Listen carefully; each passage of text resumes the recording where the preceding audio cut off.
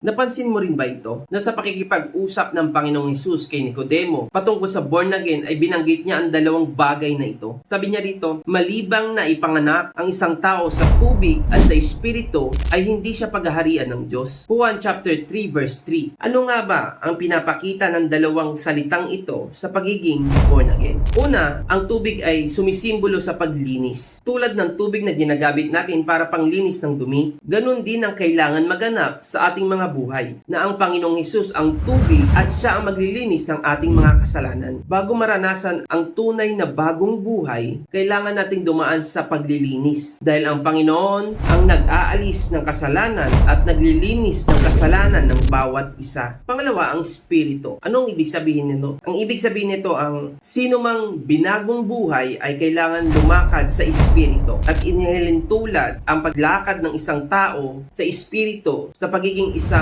hangin. Ang hangin ay hindi mo kayang kontrolin, ito'y malaya. At ganito din ang taong ipinanganak sa Espiritu. Hindi na siya kontrolado ng takot, ng kasalanan o ng mundong ito. Siya ay ginagabayan na ng Espiritu ng Diyos, malaya, buhay at totoo. Kaya kapag sinabing born again Christian, hindi lang ito label, kung hindi ito'y karanasan na ang isang tao ay pumasok sa paglilinis ng kanyang kasalanan at lumalakad ayon sa Espiritu at hiwalay sa mundong ito.